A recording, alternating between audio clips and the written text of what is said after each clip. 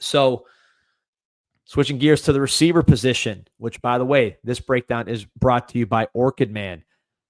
These are not landscapers. These are landscape artisans. They work really on a lot of the construction that's involved in landscaping. Their job is making this thing easy to you. They're not just, these artists that are kind of conceptual. These guys are guys that make things happen, that make things easy. They are passionate about landscape. They'll help you pick the plants, all from South Florida, all authentic. But really, it's about making the product easy for you, whether you're trying to improve your business, your house, the curb appeal. They will work with you. They'll make it a clean, easy process, and they will take a lot of stuff that you do not want to do off your hands: sprinkler repair, irrigation, rain gutters, hurricane prep, landscape lighting, manicured maintenance, tree trimming, tree removal, relocation, tree stump grinding, fertilizing. And again, some of the top plants in South Florida. If you are in South Florida, Orchid Man at orchidmanflorida.com. That's who you want if you want to landscape your house or your business, like Nike does, like coaches on staff, celebrities, just rich people from South Florida, people who want to look like they're balling at that level on a much more affordable budget. He takes care of all these guys at Orchid Man, Florida. So into the wide receiver position. Yes, sir. So speaking of the wide receiver room, I think this is going to be obviously a scrutinized position. Wait, what are they saying? They're saying, or they're correcting my pronunciation. What did I say? I didn't say orchid. What did I say? I wasn't paying attention to your pronunciation, but they might be messing with you. I don't know. Yeah, seriously. You never know with you. You can make the impossible probable. Yeah, seriously. So. Orchid Man, Florida. Sarcasm. All right. I think he was kidding. Can't joke with me about sponsors like that, man. It's just serious business out here, man. We're talking about Orchid Man, Florida, the #1 landscape artisan. Trust me, I will be the first to correct you when I hear something off, D. All right, man. So let's roll into the wide receiver room here. Obviously, scrutinized position. My overall take, and we'll get into specifics, is I see it very similar to last year, Pete.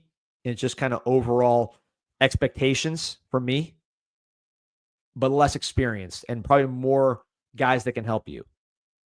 But overall, I don't think it's that much different. But that's kind of how I would have it this year. I would say, yeah, you had an elite passing offense with the receivers last year. Now you did have Cam Ward. I think Arroyo, removing him maybe takes you down a notch here because you have to factor in Arroyo running a 4.5 and doing all the things he does, which is pretty unique at tight end, which we'll get to tomorrow. But overall, I do think the receivers, they just kind of remind me of what we had last year, just in a different package and maybe a little more spread out. What do you think about that comp? Yeah, I agree. I mean, you're going to be relying on a couple young guys to have big roles, but I would say that although you don't have as much top flight experience, I think underneath the surface level, you have more experience than you had last year because Ray, who was in the mix last year, obviously at slot, and didn't end up playing all that much or didn't get the ball. He's coming back a year with a year more experience. You bring in a Tony Johnson with a lot of football played under his belt. Keelan Marion, not that much experience as like a big time receiver, but he's played a lot of football.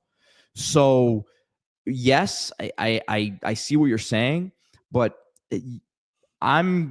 to me, what Shannon Dawson said last week was not coach speak about trusting more guys this year than they trusted last year.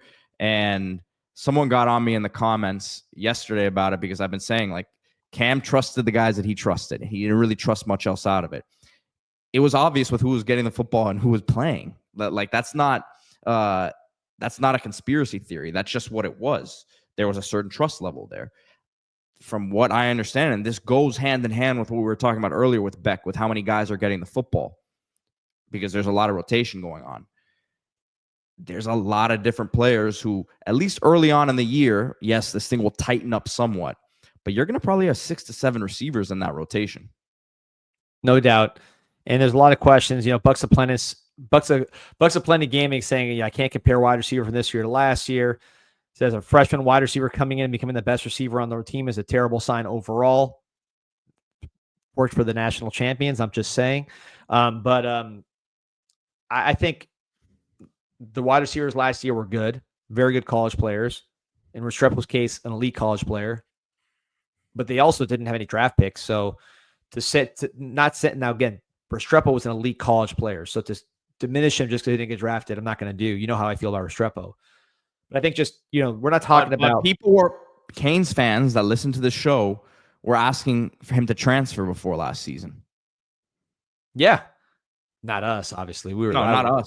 I was in the trenches saying this guy's a special player. But yeah, but 100%. That's where it was. Like that was what the mentality was before the season. We have to continue to go back, and I've made this point a few times over the offseason that what was the level of provenness was Restrepo had a bunch of production, but fans were saying that he should move on and that he was a TVD merchant. Yeah, his roommate. Isaiah Horton, we were excited about him, but the only player we had to point to was the Texas A&M touchdown. Jacoby George, talented receiver, but what was everyone saying? Not consistent enough, too many penalties. This is what the Canes fans were saying, right? This is go back and look. So I think as a whole, I almost feel better going. I'm not saying the result is going to be the same, but I almost feel better about this group now at this point than I did last year about that group. I would agree. And again, you think about the freshman receivers. So we're talking about some freshman receivers as we get here. No one's Jeremiah Smith. Jeremiah Smith's Andre Johnson part 2, and that's a real comparison, not like a style comparison, right? The Jeremiah Smith, Andre Johnson is an actual comparison, which, by the way, I made in high school. So this is, everybody knew Jeremiah Smith is good. But I'm just saying, I do all those Hall of Fame comparisons. That's one that I actually think that's who he is, and that's how he's going to impact the game, and that's how he has been impacting the game. So that's rare. However, Ohio State, their best receiver was a freshman. Probably a more similar comparison to Miami. You look at Clemson, right? Clemson, 2 of their 3 best receivers, 2 of the 3 best receivers in the conference down the stretch were true freshmen in Wesco and Moore. And they won the conference that we're in. So to just totally diminish like what a freshman receiver could do if they're up to par, I think is wrong just because we haven't seen him. I think, Peter, you're spot on about everything you're saying about putting in the perspective of where we were last year on this. And I made this comparison on another show, and we'll go through these individual names. But if you're trying to like replace names and it's not one-to-one, I would say the things that Restrepo does, Malachi Tony can certainly do, in my opinion. And I'm the biggest Restrepo fan in the world. I think the things that Horton did for us last year, CJ Daniels can do. We'll see what Horton does this year, but talking about what he did for us last year, I think CJ Daniels can do those things, has done those things. Sam Brown, I think Keelan Marion, I feel better about Keelan Marion now than Sam Brown at this time. Sam Brown was a lot of my hype about him, and what I was excited about was what other people were telling me. It wasn't what he was actually doing on the field. I think Keelan Marion's doing more at the same period than Sam Brown was on the practice field. This is just, again, going back to that time period. And then Jacoby George, I think Trader's in that mold, just a better version of it, longer, more athletic, more talented. So there's more receivers in the mix than those 4, but those guys are, to me, similar to what we had last year. If you're talking about what those guys gave us. Yeah, I mean, Sam Brown was a big disappointment for me, for sure, based on the hype before the season from NFL too. This wasn't just like inside of the building, right, D? So that was probably the most disappointing player last season for me. But yeah, you're gonna need guys to play big as freshmen. But I don't think that's the end of the world necessarily. Yeah, again, when you get good freshmen, they play at wide receiver usually. So I think that's something that you have to just get with the times on with the freshmen. Last year was unique for the reasons you said, and we've talked about before with Ward and just kind of his timing. I don't think Beck's going to have the similar. Beck's going to be different than Ward in that way. Ward, here's another thing about Ward that I think people need to realize. Because Ward did a lot of improvising, having experienced receivers was huge. Restrepo being number 1 of those guys, right? It's hard to improvise when these receivers are brand new to the game. I think with Beck, it's more like run your route like you're coached up by Kevin Beard, and I'm going to throw you the ball. Ward, there was a lot more improvising, which is why the best guy with Ward was Restrepo, because Restrepo was so smart that he would find the holes downfield to be on the same page as Cam Ward, and boom, it was happening every game. With a guy like Trader last year and Ikar, the guys that didn't play, I don't know if they were on the same wavelength as Ward when he improvised. Whereas Beck, he's going to run the offense. And if you're a young receiver and you're where you're supposed to be and you catch the ball, get open, you got a chance. So starting with the most experienced receiver, Pete, and I think you said that you thought, and there's people who agree with you in the building on this, that you think that the guy who's going to be leading receiver on this team is going to be CJ Daniels, the Liberty transfer, then went to the LSU, and now is on Miami. Had a foot injury last year that he played through at LSU, started games but was injured, played through it, got surgery in the offseason, now fully healthy. What do you see with CJ Daniels? Yeah, the health, big time positive for me based on everything we've seen coming out of camp here. Bigger bodied receiver, but at the same time, by his numbers at Liberty, you understand he has some downfield ability. I don't think he's going to catch the ball, make three people miss, and take it to the house necessarily. That's not what you're looking at here. But this is a guy who's a technician at 6'1", 6'2", has played a lot of football, good hands, very reliable hands in the SEC. And I think he's going to be one of the go-to targets for Beck here. Totally agree. The comparison I make is Horton last year. And if you look at what did Horton do last year? Slants, right? Using his body on slants, third down. That was kind of his bread and butter. I think Daniel's actually better going up and getting it than Horton. Horton, I think, is better deep ball, but we didn't throw the deep ball to Horton that much last year. But I think more than anything, Horton's age, his experience, teaching the young guys, being reliable for Beck, like Slapbox says, being a safety valve, offering the leadership role. I agree totally with this message. Very outspoken, can guide the young Bucks. He's going to fill his role to perfection. The question is, if you expect him to be like a day one, day two pick, is he going to have enough juice to get that done? I mean, we'll see. But I do think when you just think about what Horton gave us last year, I think Daniels can give us that plus more experience, more leadership. Not that Horton worked hard. He was a good guy, but Daniels has just been around more as more of his role in this team. And I think on the field can give you all that Horton stuff on third down with the physicality and contested catch. Yep, agreed. And then we've heard everything that he's done for the room in terms of leadership. So he commands it in that sense. 100%. So, switching gears to another veteran I want to talk about, which is Keelan Marion, right? So I compared him to the Sam Brown, and I like him better because I just like his energy. I like the way he's going about his business. Both old guys, both very athletic. Keelan Marion, All-America kick returner last year, preseason All-America kick returner this year, return 2 to the house.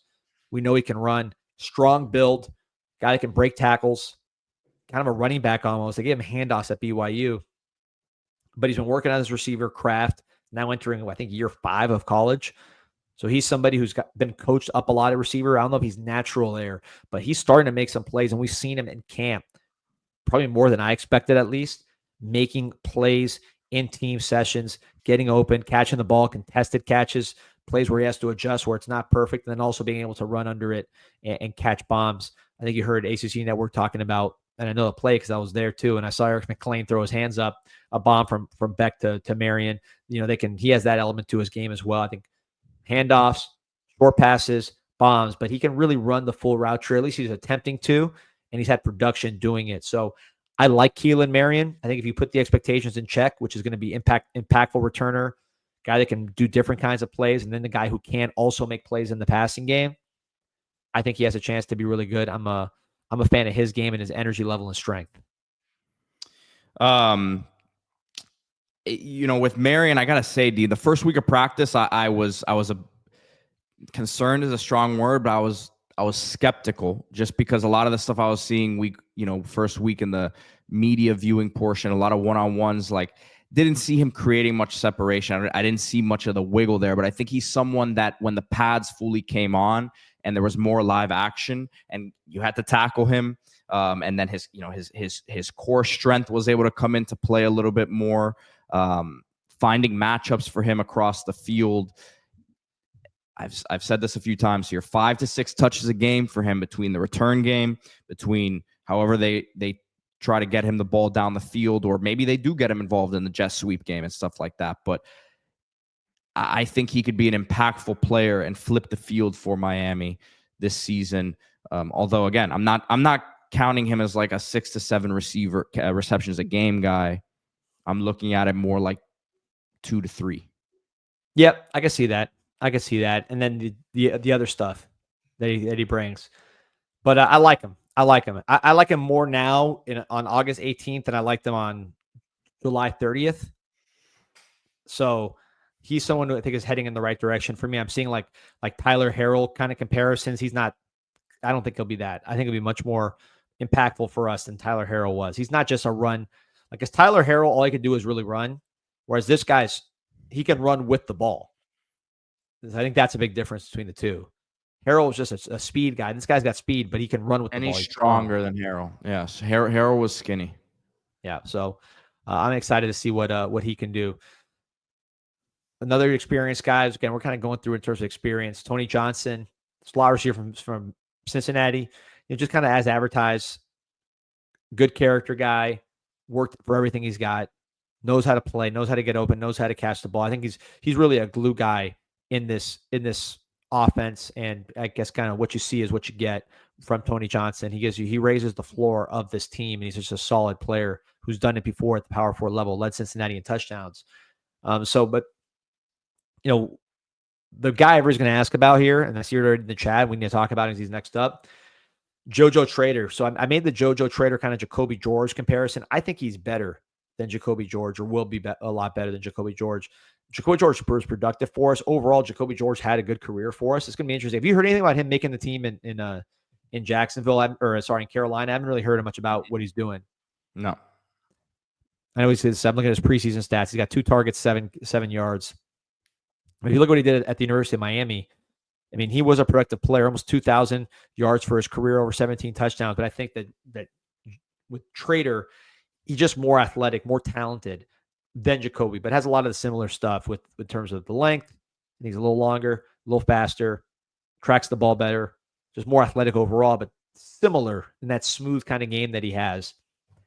And with him, it's going to be a long season. So will he be able to just keep that level of play consistent throughout the season? But I think if you ask me who has a chance to be our big play guy, I think Trader has that chance to make those really impactful plays down the field, similar to what you saw in the bowl game against Iowa State.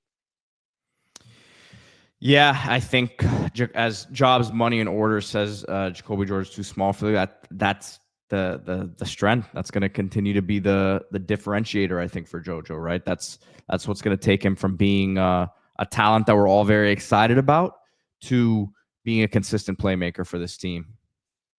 Yep. No, I would agree. That's the big one. But again, people saying, "Oh, Jacoby George is undrafted."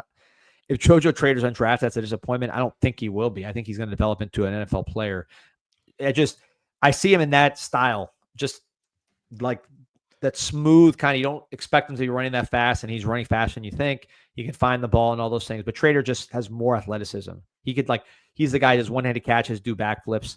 Oh, and here's the other thing. Not to cut you off, D, but Jacoby weighed in at. I knew he weighed in very light at the combine. Jacoby George weighed in at 172 at the combine.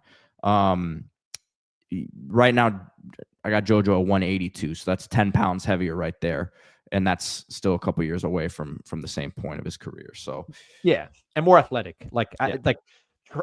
George would do the one-handed catches all the time, like Jojo does in practice, but he wouldn't necessarily follow it up with like a backflip, without even breaking stride, which is what Jojo does. So he's got a higher ceiling, but that's just that's like the bucket I'm putting him in. Just again, thinking about this offense and the different roles guys played. That's why I'm comparing these guys to last year's, because just in terms of what we did and had success with, where can we put him in? That's kind of what I see with him. But I think he's going to be a big play guy for us this year. And if he can get it going on the field with his confidence, he just continue to roll and get to a place where he's even better than that.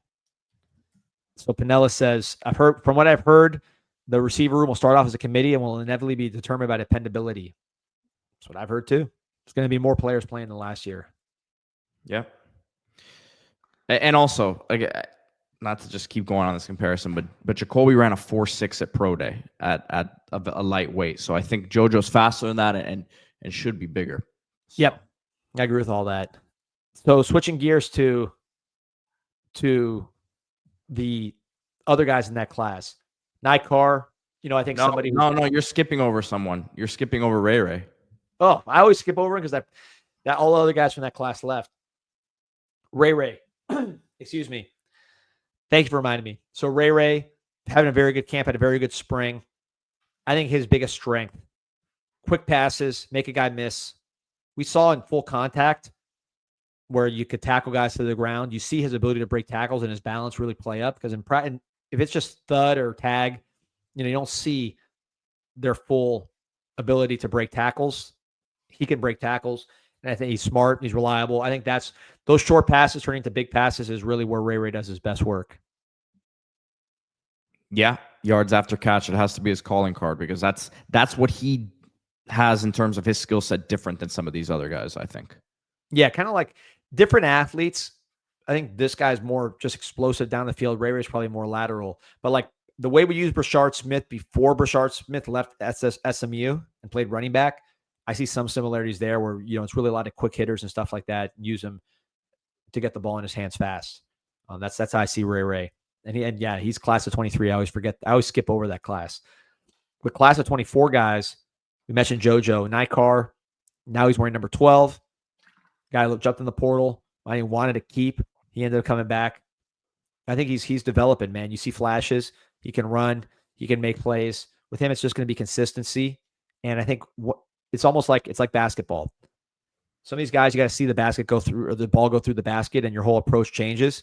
I think with some of these receivers, let's say you have a game where you get let's say it's a throwaway game. Let's say it's USF and we're winning, which is not a guarantee, right? But let's say you were playing good against USF and we're up, and he comes in and gets, 3 catches for 90 yards. Now he's in, he's rolling, and he takes off from there. I can see that with Nikar. I think he just needs kind of that jolt of having success in games, because you see flashes, but you don't see the consistency. The Josh Allen, Judd Anderson comp has made its way into my group chats. It's being heard across law offices all throughout South Florida right now, and people are concerned for you. Hey, as long as they're listening, But yeah, so Nikar, I think the consistency is going to be the key. And Slapbox makes a good point. The fact that he stayed makes me think we mapped out a clear path for him to play this year. I think Miami would love a lot of these guys to play. I think it's like it was said earlier. It's going to be a by committee approach, and we're going to see who kind of elevates. Obviously, not everybody's going to be in the same standing, but everybody's going to have an opportunity to make plays in games. And I think this is one.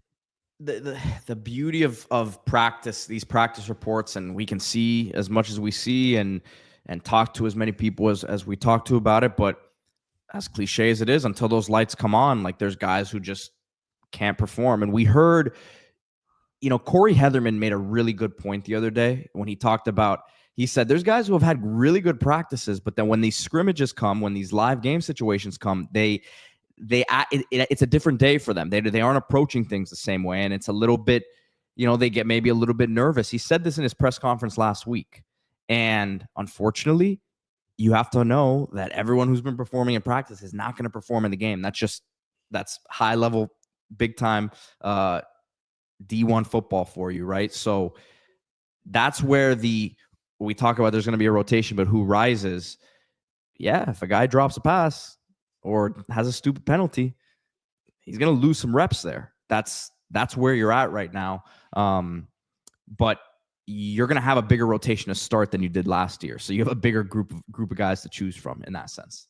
100%. And one guy you didn't have to choose from last year was Chance Robinson, right? Because Chance Robinson was hurt last year. My expectations were limited just because he hadn't played. So I was like, all right, we talk about him all the time on the show. Everybody asks about him, but I just got to see him. I have no comment until I see him. You saw his reaction when I interviewed him at Media Day, and I said, man, everyone's always talking. And he said, me? What?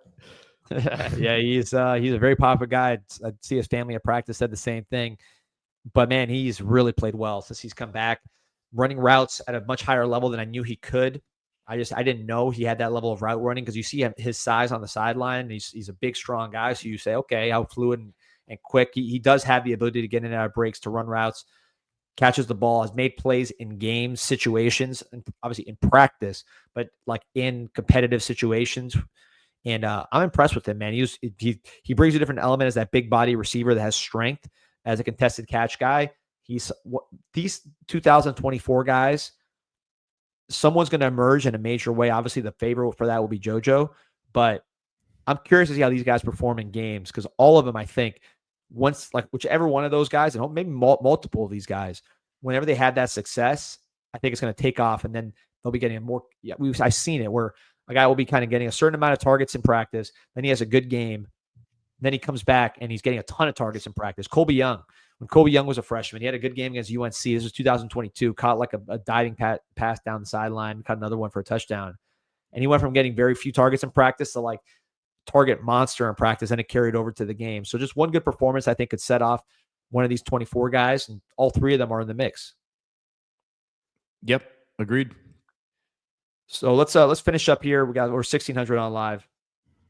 Let's get to the class of 2025 receivers.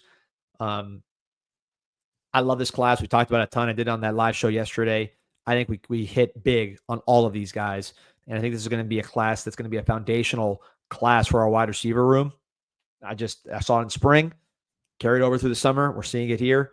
They're healthy. They're making plays. I love this trio of freshmen, and we'll see how much they play as freshmen. I think all three of these guys have a chance to play and potentially play major roles. Yeah, I love how. Go ahead. I just, as a whole, I like how each of them brings something a little bit different to the table. We've hyped up Malachi and Josh Moore a lot, but Dalen Upshaw belongs in that conversation. Strong day yesterday, from what I understand, and someone that's he's going to play. You know, he's not a tiny receiver. He's close to 200 pounds, like 195, 6 foot, great body control, hands. Malachi, you know, his ability to find the soft spots in the zone, and then, you know, came in ready physically, almost at 190 now. So that, and then Josh Moore jumping out of the building, high pointing the ball, the aggression that he plays with, and you know, I think he's going to be someone who scores some touchdowns for Miami this year in important spots. And I think yes, you're going to need 2 of these guys to be a couple of your best receivers this year. Yeah, I agree. And I think it's possible, just with, again, the way these guys have performed consistently since spring. These are not sort of one-hit wonders or every other practice wonders. I love Upshaw. Isaac mentioned he's not talked about enough. I'm a huge Upshaw fan, compared him to Allen Hurns. Just in terms, again, style. He's just a well-rounded guy. You look at the size, you look at the speed, you look at the quickness out of breaks, you look at the ability to run with the ball, you look at the ability to make contested catches, you look at the work ethic and stuff like that, toughness. He just kind of, he's a B to an A in every category. So that means you're a solid all-around player, and you're going to have a chance to play early. Josh Moore, I think, is the one that he's the freakiest one of this crew, where you see his best plays and you say wow the most on his best plays. Great catch radius. He's a legit 6'4", 210 plus. He can run. He's not a 4.4 guy, but he's not a 4.7 guy. You know, he's probably in that 4.5 range, if I had to guess, or at least when he's out of here, which for his size is great. And he's a jumper, so he's extremely springy and explosive in that way. Great catch radius, like we mentioned. Just an incredible athlete at that size, who also has been productive in his career, 1,000 yards pretty much every year in high school and on a team that wasn't that good. And he's been productive here in camp. So he's a freak of that group with that contested catch radius ability that's pretty unique. And then Malachi Toney, who, you know, the word I use with him is reliable. I made this joke in the chat that I'd throw a newborn baby at Malachi Toney and not worry about it. And, you know, he's catching that thing because he just has the instincts, the ability to speed up to the ball, to slow down for the ball, just to adjust to the ball as much as needed. The assertiveness with the ball in the air, despite being a smaller player, the great hands, ability to extend out his frame, the former quarterback. So he has the sense of kind of finding the soft spots in the zone, coming back to the ball, helping out his quarterback, that feel for space that those former quarterbacks tend to have. He has that. Also a really good punt returner. Can see him factoring in there as well. So what's not to like? Malachi Toney, I think, is going to be one of the best players on this team by the end of it if he stays healthy.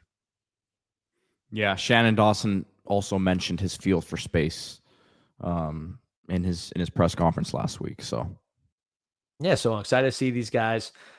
This is a group that I just have very, very high hopes for. And I think in this era portal where you're always trying to add, this is a group I could see growing over time. And like, hey, by the time these guys are juniors, there'll be more players in the mix than just these 3. But if you're talking about these guys as part of your core, when they're juniors, you're feeling really, really good about a receiver, but you don't have to wait till they're juniors. They can all make impacts right now as true freshmen.